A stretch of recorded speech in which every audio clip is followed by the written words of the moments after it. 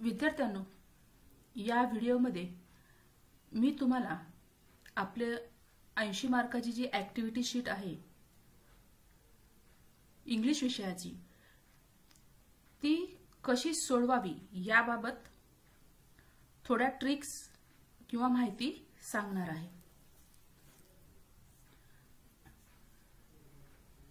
यामध्ये मी पार्ट 1 म्हणजे section wise तुम्हाला माहिती सांगणार आहे। First section language study. Language study म्हणजे काय? तर भाषा अभ्यास किंवा आपल्याला यामध्ये व्याकरण यायला पाहिजे। या भागात शब्द संपत्ती म्हणजे व्होकॅब्युलरी आणि ग्रामर या बाबीचा समावेश केलेला असतो। तुम्ही आतापर्यंत जे इंग्रजी शिकला आहात यावर आधारित ऍक्टिव्हिटी विचारण्यात आलेल्या असतात। या सेक्शन 1 लँग्वेज स्टडी यासाठी एकूण गुण 10 असतात आणि ते गुण 2 विभागामध्ये विभागलेले असतात, ए आणि बी। जो क्वेश्चन 1A असतो तो 8 गुणांसाठी असतो आणि दुसरा क्वेश्चन 1B तो 2 गुणांसाठी असतो।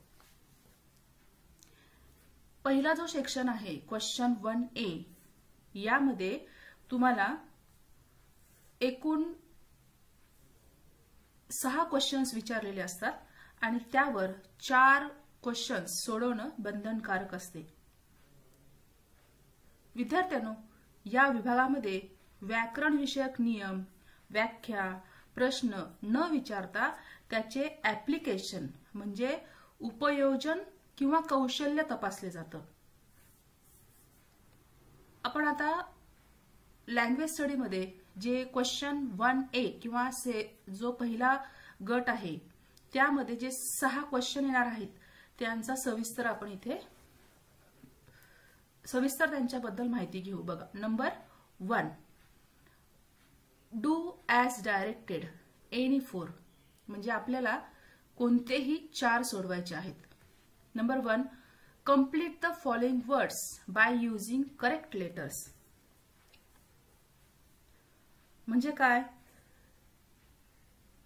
किमान 5 अक्षरी शब्दातील गाळलेले कोणतेही अक्षर भरल्यास अर्थपूर्ण शब्द तयार होईल याचा विचार या प्रश्नामध्ये करावा लागतो।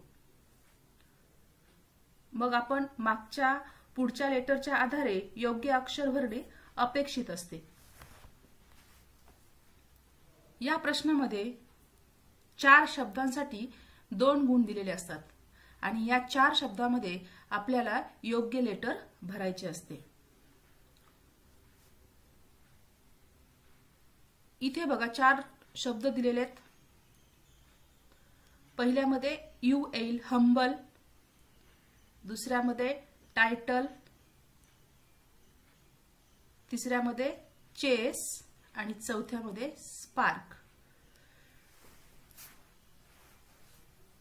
हे जे अपूर्ण शब्द आहेत त्या शब्दामध्ये अक्षर भरून तो शब्द आपल्याला तयार करायचा असतो।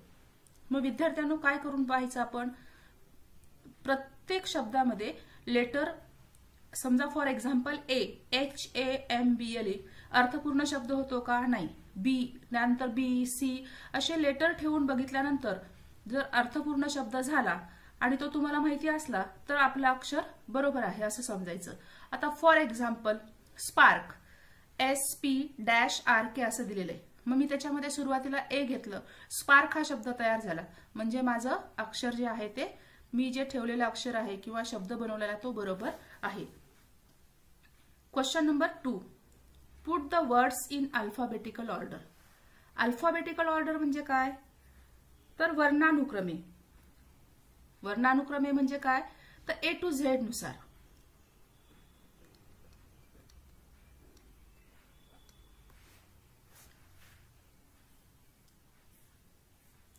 या दिलेल्या शब्दगटांमध्ये अल्फाबेटिकल ऑर्डर प्रमाणे शब्द लिहिण्यासाठी 4 शब्दाचे 2 शब्दगट दिलेले असतात।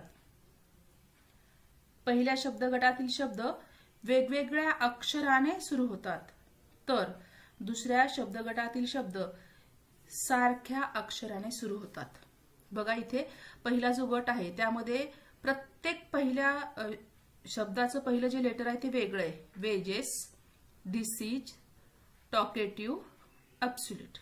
आणि दुसऱ्या गटामध्ये 4 शब्द दिलेत, पण त्या चारही शब्दाचं जे पहिलं लेटर आहे ते एस ने सुरुवात झालेलं आहे, S, sample, salary, salute, safety. मग तुम्हाला फक्त पहिला गट जो आहे तो सहज तुम्ही करणार आहात, एबीसीडी नुसार ते शब्द ठेवायचे आहेत। आता फॉर एक्झाम्पल इथे बघा वेजेस, डिसीज, टॉकेटिव्ह, ॲब्सोल्यूट हे जे शब्द आहेत त्याच्यामध्ये सुरुवातीला कुठला शब्द येईल, ॲब्सोल्यूट, त्यानंतर डिसीज, त्यानंतर टॉकेटिव्ह आणि नंतर वेजेस, असे 4 शब्द लिहायचे। त्यानंतर जे इथे जे शब्द आहेत एस पासून सुरू होणारे, यामध्ये विद्यार्थ्यांनो काय करायचं, आपण दुसऱ्या लेटरचा विचार करायचा। आता इथे दुसरे लेटर दोन्ही सारखे आहेत, तर आपण त्या ठिकाणी तिसऱ्या लेटरचा विचार करायचा। तिसरे लेटर दोन्ही सारखे असतील तर चौथ्या लेटरचा। अशा प्रकारे आपण A to Z म्हणजे वर्णानुक्रमे शब्द लिहायचे आहेत। या ठिकाणी पहिला शब्द कुठला येईल, सेफ्टी, त्यानंतर सॅलरी, त्यानंतर सॅल्यूट आणि नंतर सॅम्पल। अशा प्रकारे वर्णानुक्रमे शब्द लिहायचे आहेत।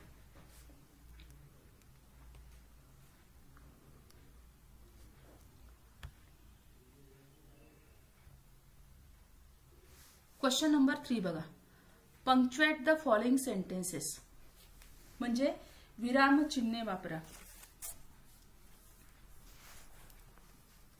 म्हणजे पंक्च्युएट द फॉलोइंग सेंटेन्सेस यामध्ये 2 वाक्यामध्ये योग्य त्या विरामचिन्हाचा वापर करण्यासाठी वाक्य दिलेली असतात। मग त्याच्यामध्ये वेगवेगळे विरामचिन्हे वापरणं अपेक्षित असतं। कोटेशन मार्क, कॉमा, ॲपॉस्ट्रॉफी, फुल stop, question mark, exclamatory mark असे वेगवेगळे विरामचिन्हे वापरणे अपेक्षित असतं। आता इथे फॉर एक्झाम्पल तुम्हाला हिंट सांगून ठेवते की विद्यार्थ्याला दुसरं काही नाही आलं तर तुम्हाला पहिलं लेटर तर कॅपिटल लिहिता येईल आणि वाक्याचा प्रकार शोधून शेवटी प्रश्नार्थक चिन्ह द्यायचं आहे का फुल स्टॉप द्यायचा आहे का एक्सक्लेमेटरी मार्क द्यायचा हे तरी समजेल तुम्हाला। आता बघा, he said it will be difficult task. आता इथे मी एच कॅपिटल काढणार आणि शेवटी फुल स्टॉप देणार। या ठिकाणी आता हा प्रश्न आहे, Y is he not with us in school, मग या ठिकाणी मी डब्ल्यू कॅपिटल काढणार आणि शेवटी प्रश्नार्थक चिन्ह देणार। म्हणजे तुम्हाला किमान या प्रश्नासाठी अर्धा आणि या प्रश्नासाठी अर्धा 1 गुण तर इथे मिळवता येईल। काहीच न करण्यापेक्षा तुम्ही इथे 2 पैकी 1 गुण मिळवू शकता, फक्त पहिलं लेटर कॅपिटल आणि शेवटी ज्या प्रकारचं वाक्य आहे त्या प्रकारानुसार फुल stop, question mark, exclamatory mark द्यायला विसरायचं नाही, म्हणजे तुम्ही पंक्च्युएशनचा प्रश्न सोडवू शकता। Question number 4, make 4 words minimum of 3 letters each using the letters in the given word. म्हणजे तुम्हाला दिलेल्या मोठ्या शब्दातील अक्षराचा वापर करून किमान 3 अक्षराचे 4 शब्द लिहिता आले पाहिजेत। आता इथे कम्युनिकेशन हा मोठा शब्द दिलेला आहे आपल्याला आणि याच्यापासून कमीत कमी 3 लेटर वापरून 4 अर्थपूर्ण शब्द आपल्याला तयार करायचे आहेत। हा प्रश्न खूप सोपा आहे। यामध्ये आपण 3 लेटर्स असणारे शब्द सुरुवातीला प्रथम तयार करायचे। आता इथे बघा, फॉर एक्झाम्पल उलट सुलट लेटर तुम्ही वापरले तरी चालणार आहे। आता या ठिकाणी मी तुम्हाला साधा शब्द एक तयार करून दाखवते, CAT कॅट, हा तर शब्द तुम्हाला सर्वांना माहिती आहे। त्यानंतर मॅट, MAT मॅट, मी इथे रायमिंग वर्डचा विचार करून शब्द तयार करते। बघा, त्याच्यानंतर आणखीन कुठला शब्द घेता येईल आपल्याला इथे, MAN मॅन,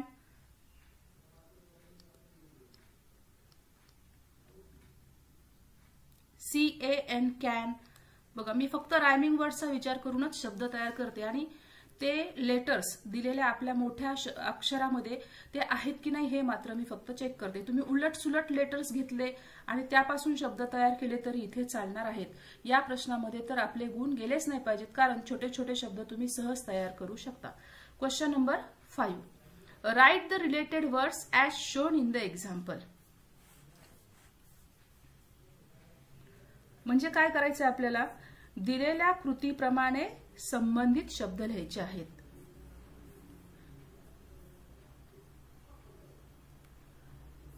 हे शब्द लिहिताना मूळ कृतीत एक शब्द सूचक म्हणून दिलेला असतो. म्हणजे आपल्याला इथे ब्रेव हा शब्द सूचक म्हणून दिलेला आहे.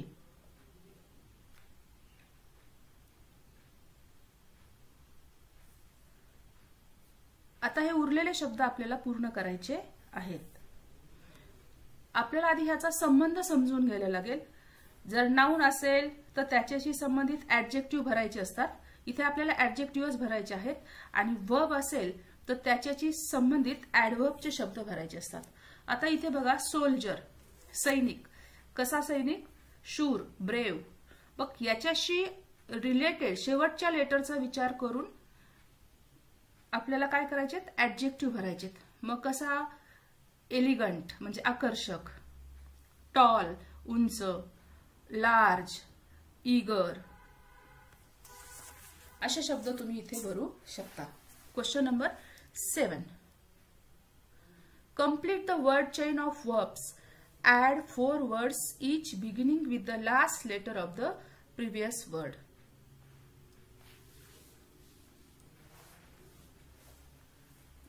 यामध्ये आपल्याला चेन कंप्लीट करायची आहे, म्हणजे साखळी पूर्ण करायची आहे. पण ती साखळी पूर्ण करत असताना इथे आपल्याला प्रश्न काळजीपूर्वक वाचायचा. ती साखळी आपल्याला व्हर्बची करायची आहे, नाउनची कंप्लीट करायची आहे, का ऍडजेक्टिव्हची कंप्लीट करायची आहे, की ऍडव्हर्बची करायची, हे आपल्याला इथे प्रश्नात दिलेलं असतं.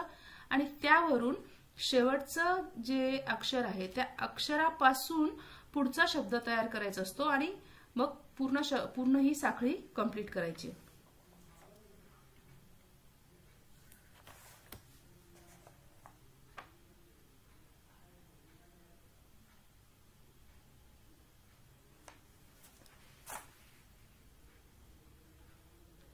इथे एकूण 6 क्वेश्चन्स दिलेले आहेत. आता आपण बी सेक्शन पाहूया. Do as directed. Attempt any one. Make meaningful sentence by using the phrase in search of. आता इथे बी जो सेक्शन आहे लँग्वेज स्टडीचा, त्यामध्ये डू ॲज डायरेक्टेड म्हणजे जशी इन्स्ट्रक्शन दिली आहे तसं तुम्हाला ते करायचं आहे. पहिला प्रश्न काय दिलाय? Make meaningful sentence by using the phrase in search of. दिलेल्या फ्रेजचा अर्थ समजून घेऊन स्वतःच्या मनाने त्याचा वाक्यात उपयोग करायचा आहे. यामध्ये 2 प्रकारच्या फ्रेजेस असतात. एक प्रिपोजिशनल फ्रेज किंवा वर्बल फ्रेज. आता प्रिपोजिशनल फ्रेज म्हणजे काय? तर प्रिपोजिशन पासून सुरू होणाऱ्या शब्दापासून सुरू होणारी फ्रेज म्हणजे प्रिपोजिशनल फ्रेज. आता इन हे प्रिपोजिशन आहे, म्हणजे ही फ्रेज तुम्हाला प्रिपोजिशनल फ्रेज दिलेली आहे. मग विद्यार्थ्यांनो, जेव्हा प्रिपोजिशनल फ्रेज दिलेली असते तेव्हा ती फ्रेज तुमच्या वाक्यामध्ये जशाला तशीच लिहायची असते. I am in search of my mobile हे वाक्य मी इथे तयार केलं. पण समजा तुम्हाला इथे टू बी अफ्रेड ऑफ अशी फ्रेज दिली आहे. कुठली फ्रेज मी इथे तुम्हाला समजून सांगण्यासाठी लिहिते. टू बी अफ्रेड ऑफ ही जी फ्रेज आहे ती आहे वर्बल फ्रेज. वर्बल फ्रेज म्हणजे वर्बल फ्रेज मध्ये कर्ता काळ याप्रमाणे बदल करणे आवश्यक असते. आता इथे तुम्हाला व्हर्ब पण भरायला लागतं. आता बघा इथे टू बी अफ्रेड ऑफ. आता टू बीचं इथे क्रियापद भरणं अपेक्षित आहे तुम्हाला, तरच तुमची फ्रेज तुम्ही योग्य प्रकारे वाक्यामध्ये वापरू शकता. आता फॉर एक्झाम्पल मी इथे वाक्य लिहिते. I am afraid of ghost.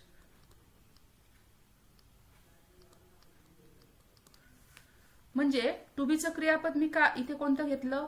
M. म्हणजे तुम्ही सुरुवातीला हा प्रश्न सोडवत असताना तुमची फ्रेज कोणत्या प्रकारची आहे हे लक्षात घ्या आणि त्यावरून ती फ्रेज तुमच्या वाक्यामध्ये वापरा. Number 2. Add a clause to the following sentence to expand it meaningfully. आता इथे तुम्हाला क्लॉज ऍड करायचा आहे. क्लॉज म्हणजे काय, तर उपवाक्य. दिलेल्या वाक्याला योग्य तो क्लॉज किंवा उपवाक्य जोडून वाक्य आपल्याला इथे मोठं करायचं आहे. या कृतीमध्ये मेन क्लॉज वाचून त्या वाक्याला आवश्यक तो क्लॉज जोडणे महत्वाचे असते. कधी कधी एक शब्द वाढवून वाक्य मोठं करता येते, परंतु क्लॉज जर नसेल तर त्याचा गुण मिळत नाही. म्हणून क्लॉज साठी वाक्यात व्हर्ब असणे खूप महत्वाचे आहे. आता इथे बघा, स्वामी इज अ किड या वाक्याला क्लॉज तयार करायचे आपल्याला. क्लॉज करण्यासाठी तुम्हाला मी सांगितलं क्लॉज म्हणजे उपवाक्य. मग मुख्य वाक्य आणि उपवाक्य असे दोन्ही त्याच्यामध्ये आले पाहिजेत. स्वामी इज अ किड. आता कोऑर्डिनेटर म्हणून एखादा शब्द तुम्हाला कंजक्शन घ्यायला लागेल. स्वामी इज अ किड हू, हा जो शब्द आहे तो कोऑर्डिनेटर म्हणून काम करणार आहे. Swami is a kid who is very naughty.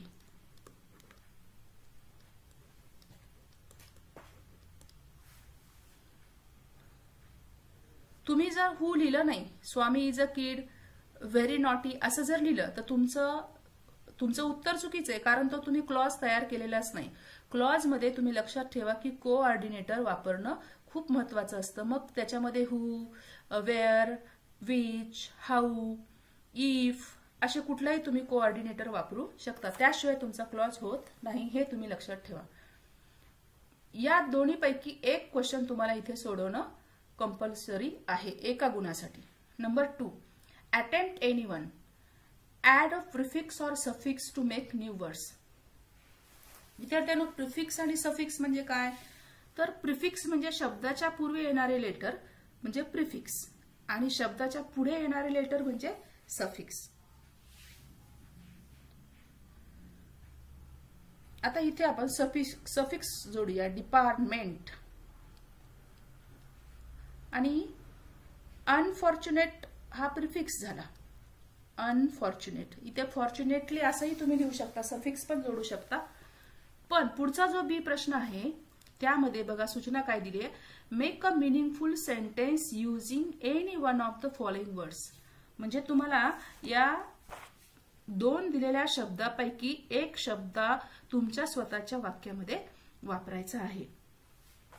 विद्यार्थ्यांनो, तुम्ही काय करता, सफिक्स किंवा प्रिफिक्स जोडलेला शब्द तुमच्या वाक्यामध्ये वापरता. तसं इथे करायचं नाही. जो रूट वर्ड दिलेला आहे तो रूट वर्डच तुम्ही तुमच्या सेंटेन्समध्ये वापरणं महत्वाचं आहे, त्याशिवाय तुम्हाला मार्क मिळणार नाहीत. आता डिपार्ट म्हणजे सोडून जाणे, निघून जाणे असा अर्थ आहे. He departs New Mumbai at 8 AM असं साधं वाक्य मी इथे केलं. आणि फॉर्च्युनेटचं कुठल्याही प्रकारचं वाक्य तुम्ही इथे करू शकता. साधं वाक्य, उद्गारवाचक वाक्य, प्रश्नार्थक वाक्य असं इथे काही तुम्हाला कंपल्शन नाही दिलं की साधं वाक्यच करा. मग इथे fortunate, how fortunate I am असं वाक्य मी इथे केलं तरी तुम्ही केलं तरी चालणार आहे. अशा प्रकारे विद्यार्थ्यांनो, इथे मी तुम्हाला लँग्वेज स्टडी कशी सोडवावी पेपर लिहिताना याची माहिती दिलेली आहे.